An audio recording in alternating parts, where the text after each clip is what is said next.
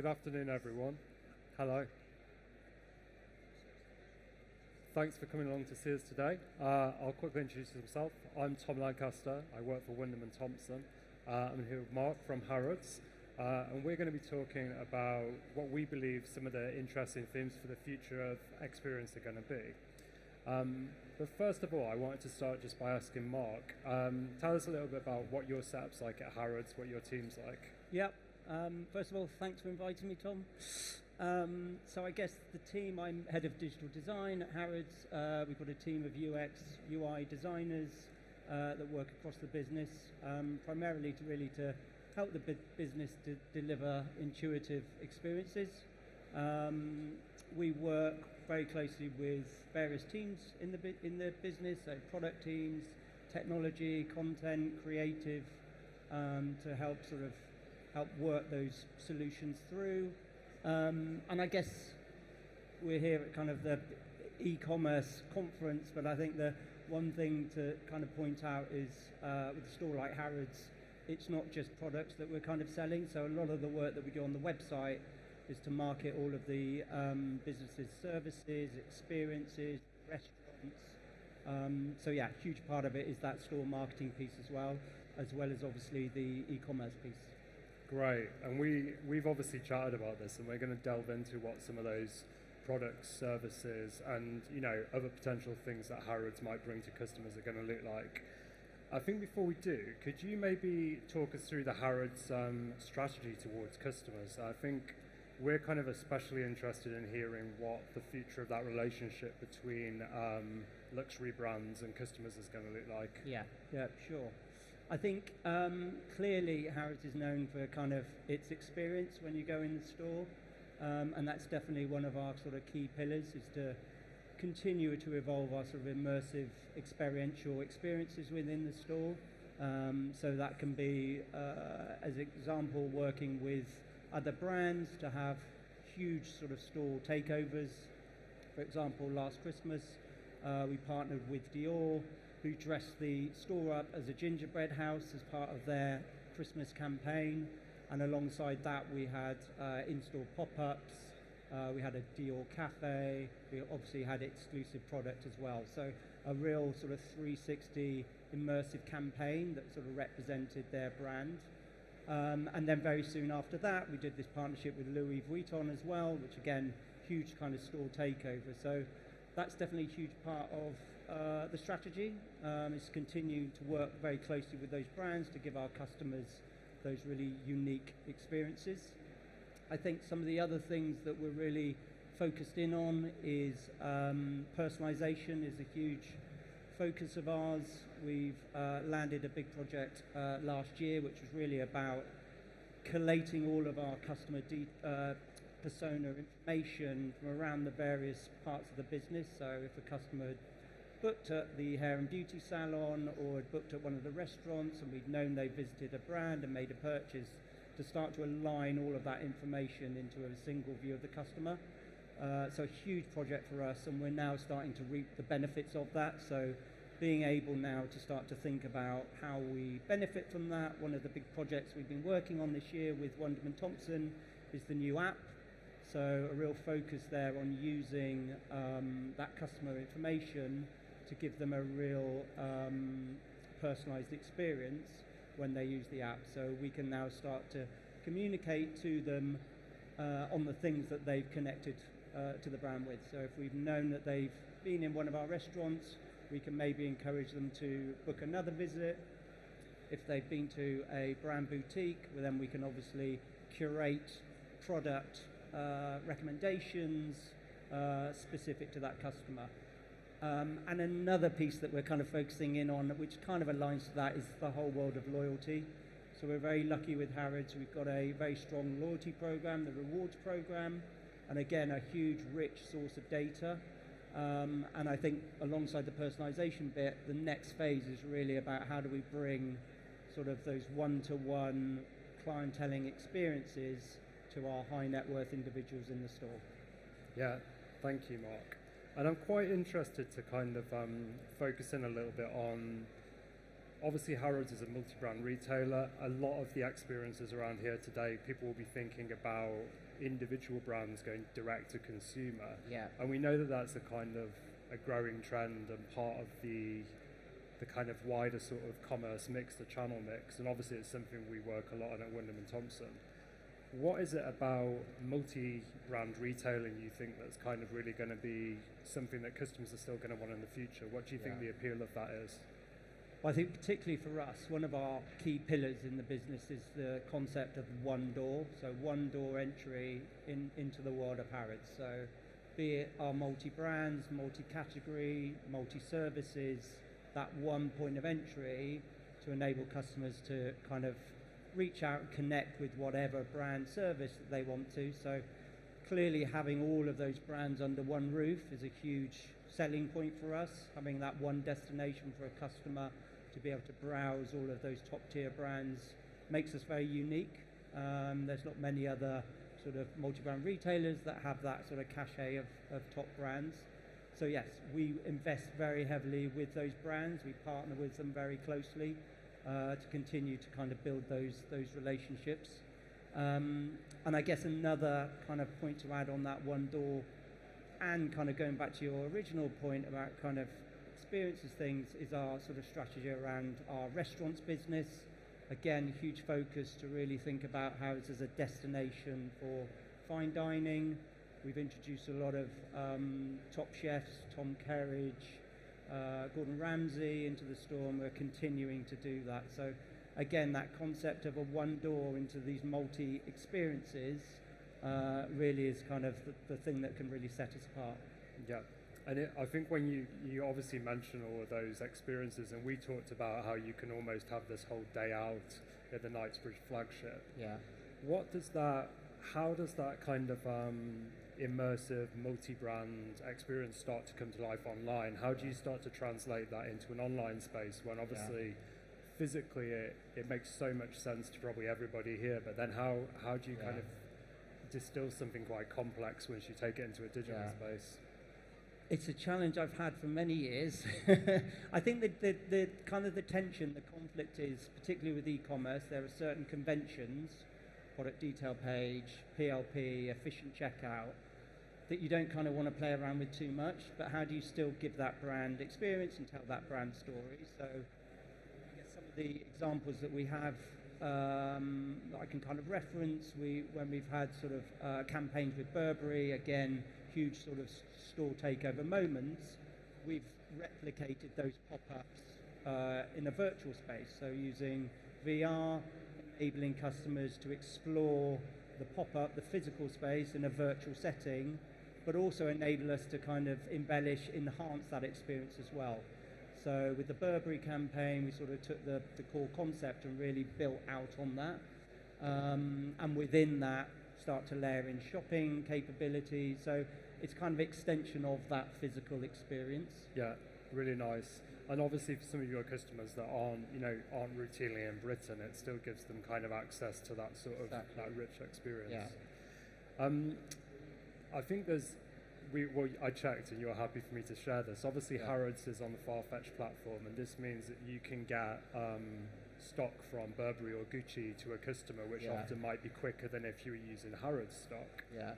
How else do you see that sort of, what do you see those trends being sort of going forwards? Do you think that's something that will become more and more prevalent so that customers get access to a wider range of products? What's your thoughts on it? One of the main reasons we partnered with Farfetch a couple of years ago was their marketplace model.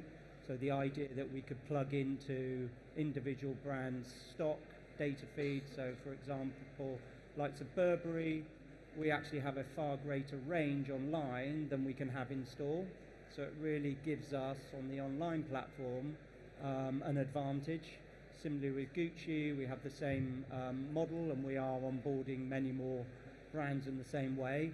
I think as well as giving us greater stock, it will in time enable us also to ship from those brand fulfillment points. So where at the moment we ship a lot from the UK, either from the store or from our warehouse, obviously now plugging into those individual brands, we're able to enable the brand to actually ship that product direct to consumer. So it will enable us in time to be much quicker for the customer. If they're overseas and Burberry's have a fulfillment center in the US, then obviously we will ship that item from that fulfillment center, and those delivery times can come way down. So again, it's a real important sort of part of our strategy to start to build out more of those, what we call concession brands. Yeah, thank you very much. I should note our luxury report identified that after obviously COVID drove this so many more kind of transactions online, but we've still seen in this report that customers say that physical really matters to them. What's that look like for you kind of since, as we've sort of, you know, probably most of the world now has moved out of COVID restrictions, what trends have you been seeing? Absolutely. I mean, those couple of years, we saw huge growth online. Everyone else did. There was a massive investment in developing our digital offering, which was great. Clearly, since we've seen a huge move back into the store experience. I think that's partly because some of the things that we are doing with the brand partnerships, developing our restaurant business. You know, we're very conscious that we want to get people into the store to experience the unique experience that we can offer there. So yeah, I think it's been quite commonplace. Many brands have seen that return. I think the next bit that we're really thinking about and focusing in on is how can digital elevate that store experience. Obviously got the e-commerce channel, but how can particularly the app enhance that store visit? So I don't know if you've been to Harrods, but it's renowned for being very hard to navigate. So we've been thinking about how the app can actually help with wayfinding, with augmented reality experiences that will allow a customer to be led through to the brands that they want to visit. And on top of that, how could we maybe layer on storytelling or specific benefits? So that's a sort of a prime example of how we would use the app, digital technology, to really enhance better that store experience. Right. And could you tell us a bit more about, I know that we spoke about some of those kind of sort of ultra luxury brands that I've said they're never going to sell online, you know, there's a number of them, but you've been working with them to kind of bridge that gap, haven't you, between the online experience that you can have on your phone and then obviously the in-store experience. What's that looking like? Yeah, so we know for a fact that around 70% of all store visits start off with an online visit. So we know that customers are using the website to research an in-store visit. So they want to understand what brands we've got available, the product availability. Now, obviously, as Tom's mentioned, a lot of the brands, the high-end brands, they don't want to be traded online. So the likes of Rolex, Louis Vuitton. So it's a challenge. You know, we know customers are going to the website to research, but we can't necessarily show them there. So what we've started to work with a lot of brands on is actually replicating the e-commerce journey. So having a PLP for Louis Vuitton, having a product detail page for Louis Vuitton products, but rather than having an add to bag feature, we'll actually then have a contact through to the shop floor. So customers can still research, they can still find out any product information, and then we give them a direct link to contact the boutique in store. And since we launched Louis Vuitton a year or so ago, immediately that jumped up into one of our top 5 most visited brands. So we know it's, you know, hugely important. Same with Rolex, we do a lot of work with them. They're very kind of tightly managed in terms of retailing their product online. Their strategy is very much driving people into their stores. They really do champion and believe in that physical experience. So we've worked with them again to build out what we call a kind of an online boutique, where we've got dedicated product list pages, collection pages, product detail pages, but again, that CTA is all about driving people in store. And I think it's really interesting to see that even where the store experience is so important, part of the kind of discovery journey or kind of customer sales journey can start off online, and that still has a complete relevance, even if it then does, you know, translate to a sort of one-to-one conversation with someone that's in the shop. Yeah. I think the other thing as well, we've been working very closely with Google to try and track that journey. So it's fairly theoretical at the moment, but what we want to be able to do is actually track a visit to that Louis Vuitton product detail page and be able to track their visit in store to the boutique to make that purchase and start to tie those KPIs up, which is really, really interesting. Yeah, absolutely. And then obviously proves the value of all the work that you're doing as well. Yeah. Great. Another side that I would like to explore, and we, as Wyndham & Thompson, we see this in a lot of different categories as well as luxury, but increasingly Harrods obviously plays the role of media owner as well as retailer, in the sense that it acts as a discovery network for different products or potentially products from brands where it's a new category for that brand. Yeah. What does that look like at the moment? Where can you imagine that going in the future? Yes, at the moment we've got a very strong brand partnerships team, as I've kind of already alluded to, work very closely with our brands. We do sell media on the website through Google Ad Manager. Oh, can you still hear me? Through Google Ad Manager, so we have placements across key journeys across the website where we're able to present brand advertising. I think the key for us is I think we might just need a microphone check. Just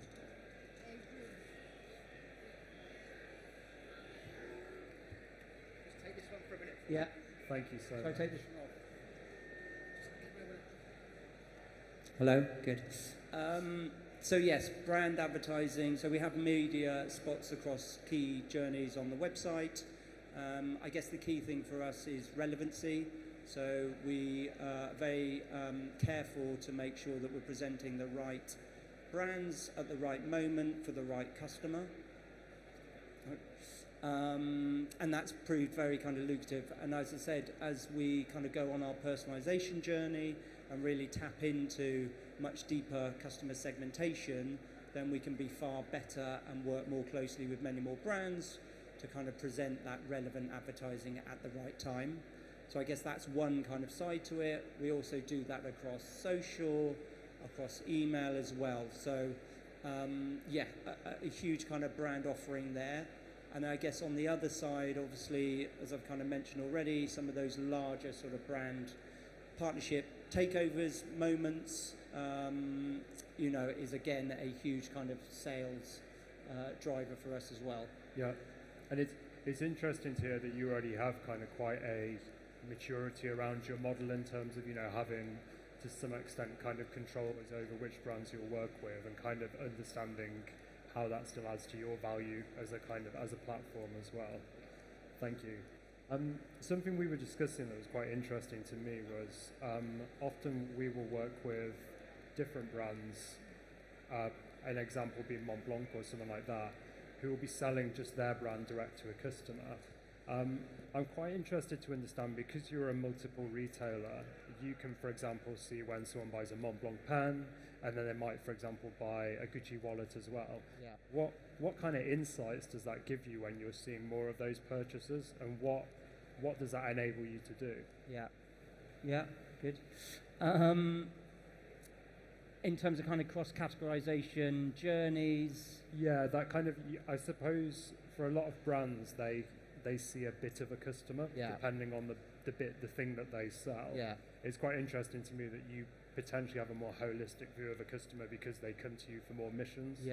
Yeah, I guess in time, we certainly see a lot of journeys between kind of fashion and our beauty categories. Our home division is quite kind of separate, and then you've got food and wine and gifting as another sort of category that we see customers moving between. I guess in time that will all feed into our kind of persona, our richness of our kind of customer understanding, which should in turn, or will in turn, feed back to how we then communicate to our customers through things like the app, through emails. If we know that they are obviously interested in fashion, beauty, then again we can tailor those experiences to those particular categories.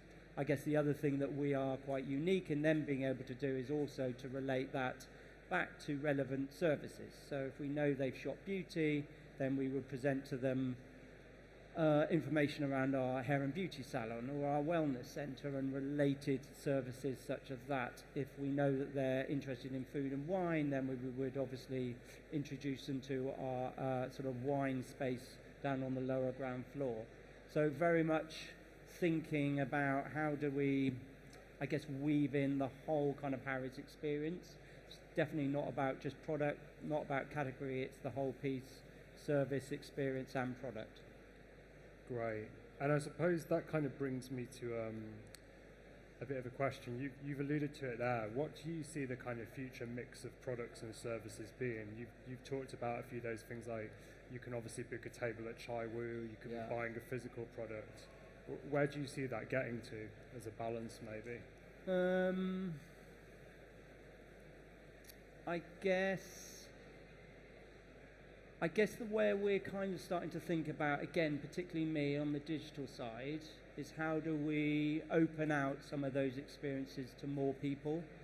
So I guess, for example, we have events in the store, beauty events. We have a beauty suite where we invite select people to come down and have sort of brand tutorials and masterclasses and things.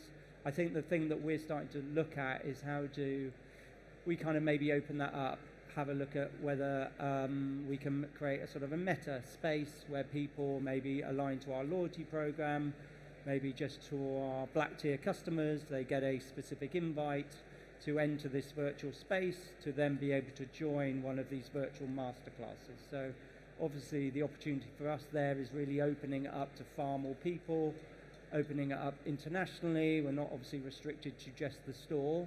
So I think there's a lot of areas we can play in that space, which is quite exciting to me. Yeah. Particularly as the technology gets better, gets quicker, the barriers to entry get a lot quicker as well. So yeah, that's definitely kind of an area we're exploring. And I think that is quite interesting there, that potentially it's not so much opening it to a broader audience, but being available more of the time to that audience where they are. So it kind of is implicitly a bit more customer centered than sort of fixed by your physical infrastructure or kind of the time that a beautician's available or something like that. Yeah. And in fact, time zones itself. Yeah, a lot of our customers clearly are international. They've got multiple homes across the globe, and you know, they're not always able to visit Harrods, so to be able to take services to them is definitely something we're interested in doing. I guess another sort of piece aligned to that is some of the work we've done recently in the China market. So we've started to think about private members clubs in that market for high net worth individuals. And again, my sort of part within that is how do we think about kind of digital tooling and services and mini program apps that can really help those experiences. So we've been working with partners out there to develop an app for that private members club that members can go on, book events, book a table at the restaurant that we'll have in the private members club, and again, sort of, I guess, merging that physical digital experience. And I think if I can kind of play back what I'm hearing, then it's as much moving from a somewhat traditional e-commerce setup where you have a catalogue and you filter down to it, but actually becoming more of a sort of brand lifestyle experience where you can go through that catalogue, or you can book an appointment, or you can seek advice one-to-one, that sort of thing. And that's kind of potentially where you see that more holistic experience going. Definitely. I think particularly during the pandemic, we kind of spun out, as many companies had to, sort of a personal shopping product and service, which was hugely successful. So customers were able to reach out to personal shoppers who would then visit the store, which was closed at the time, and be able to shop for them. So we've seen that steadily grow.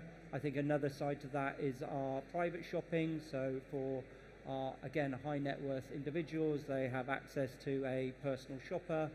And we've again seen over the last sort of 4 or 5 years that area really explode. So that sort of one-to-one clienteling, private shopping experience is again really core to kind of the business strategy. We're developing a new sort of suite within the store, dedicated space, where our personal shoppers can have their clients come in and we can provide them with the service that they expect.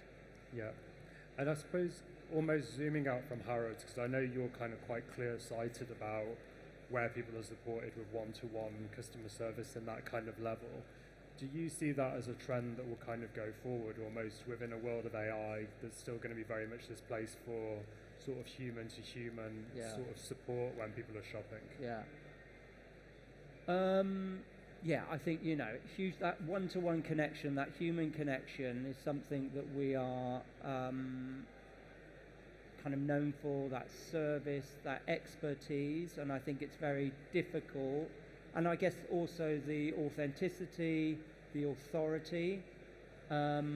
We've obviously been considering all of the developments within the AI space and everything that we could maybe benefit from there, but I think we're conscious of retaining kind of our brand identity, ensuring that we've got a unique position, that we've got a voice, rather than us starting to feel like everyone else. So something we're very kind of conscious of. Having said that, I think there's, lots of tools that can make those experiences quicker and easier. I guess one example would be, kind of mentioned the wealth of kind of services and experiences we have in the store. Currently it's quite difficult. We kind of lay that across the website and people have to go and search for it and hunt it down. So we're thinking about what sort of AI layer can we lay on top of that, some sort of conversational AI which will allow customers very quickly to find the service, the product, the brand, the category that they're interested in. Yeah. Interesting. So to some extent, even where there isn't human to human, trying to get the experience to replicate that in some way, or kind of offer that same sort of individualized level. Yeah. And I think to that, tone is very important. We spent a lot of time when we re-platformed with Farfetch sort of 3-4 years ago, really thinking about our tone of voice, what's our kind of position there. It's really important that we kind of retain that. So thinking about how you kind of layer that into an AI feature. I know we've kind of spoke about it yesterday. I think there's definitely ways of doing it. But it's got to feel authentic. That kind of credibility piece has got to be there as well. So again, it's something we're considering.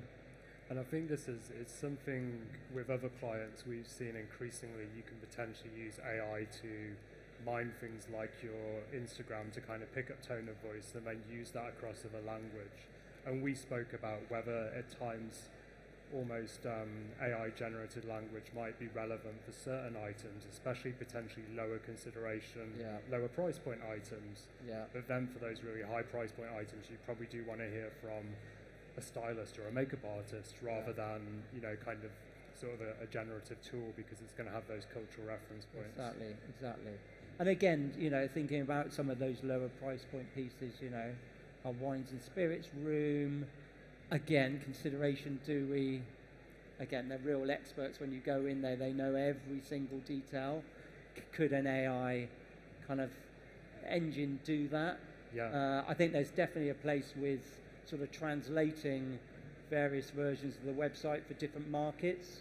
We've recently launched a website out in China, fully translated. That was over a year-long project. So, I think if some of that AI technology was available to us then, that would have speeded things up a whole lot.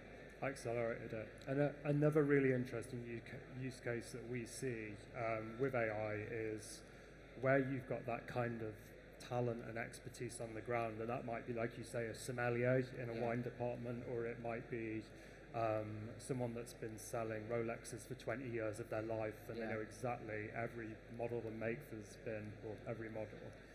There's an interesting use case where that person can actually become the source of the data, but they don't need to be a copywriter. They can actually write what they know, and then potentially AI can support them in getting that to a point where that content's ready for customers, but the content is still coming from the person that knows it the best, which could be really interesting too.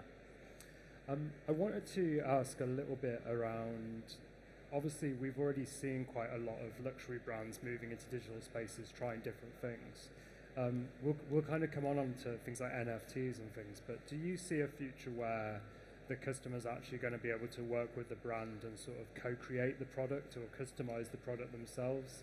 I kind of know your answer because we've obviously had this conversation, but I'm kind of interested to kind of bring that along and see where we think that will get to. Yeah. I mean, we offer kind of personalization within the store, being able to kind of monogram products.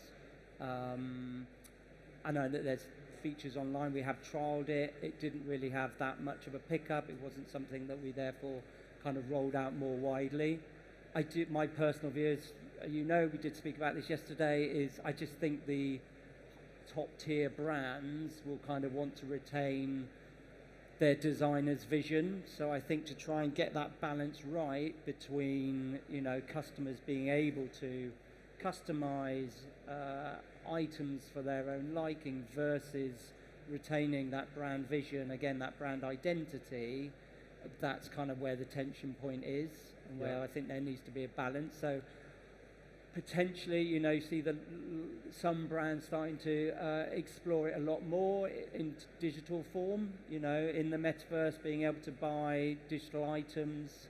I was talking to an agency last week, and I think it was Gucci had developed this digital dress, £4,000, which they sold. So somebody had bought that for their avatar in an online space. So there's definitely, whether there's a need for it, there's definitely an appetite out there for it, and I think it's a really interesting one to kind of follow. I think Nike are obviously doing some really great stuff in that space in terms of, you know, being able to kind of design and curate your own bespoke items, but I think it's demographic as well. You've got to think about the right demographic, and at the moment I'm just not sure that our kind of core demographic is kind of right for them at the moment. Maybe in other markets, maybe in China, it might be something that we could start to have a look at and play around with and explore, see what the pickup is, but yeah. Yeah, and I think there is a really healthy tension there, isn't there, between how far does customer centricity go, and to some extent does a customer want a brand to be making certain decisions, and, as you say, buying into a designer's vision rather than their personal vision almost taking over that brand's vision. Very interesting. And I think as we, you know, I mentioned yesterday, my kids are in Roblox all the time. They want Robux rather than pocket money. So I personally can see the next generation growing up that's going to be, you know, suddenly 16 or 18-year-olds, you know, with that have literally grown up with the metaverse as their version of Instagram or something like that. How much do you see yourself selling as much becoming a marketplace for digital products as physical products? I mean, I agree with you. I think it's looking way into the future. I think it's going to be ever more kind of important for brands to consider these spaces. My son, similarly, Fortnite is his world, and I'm just staggered by kind of, I guess, the processing power, the technology behind that, how they create communities. During the pandemic, it was the way that he socialized with his friends, and I think as those spaces become ever more connected, that you can, you know, move to the Netflix cinema, you can do your banking, you can go and have a virtual call with your work colleagues, which is inevitable, that's going to come. I think, yes, it's going to be ever more important as that generation comes through. So yeah, I think it's definitely something we need to kind of consider. Probably not at the moment. I think Harrods, we tend to not necessarily lead. I think we like to see how others are kind of faring. We will definitely, you know, test some of these things out, but yeah, we tend to tread quite carefully, let's say. Yeah, and then kind of bring that quality experience to it when you see the demand. Exactly. Yeah. And I think the key thing is always for us, where's the customer value? That's the key thing. We will never do something just for the sake of it, just for novelty, just because it's the current trend. We've actually really got to think about what is that customer value. That's kind of why, kind of go back to that example around maybe having virtual beauty classes in that kind of space, because actually then you are starting to unlock value for customers who can't get to the store that we can then take those unique experiences to them. Yeah, which is really interesting, because then alongside being a retailer and to some extent being a media owner that like allows other brands to partner with you, you almost become a sort of content creator as well, don't you? And that becomes part of the service that you're selling as much as it is products. Okay, Mark, thank you very much for your time. We've got some time for questions, if anyone has any questions for myself and Mark. If you don't, there's obviously much to do here. But thank you again, Mark. And yes, if anyone's got any questions, we have a mic just here.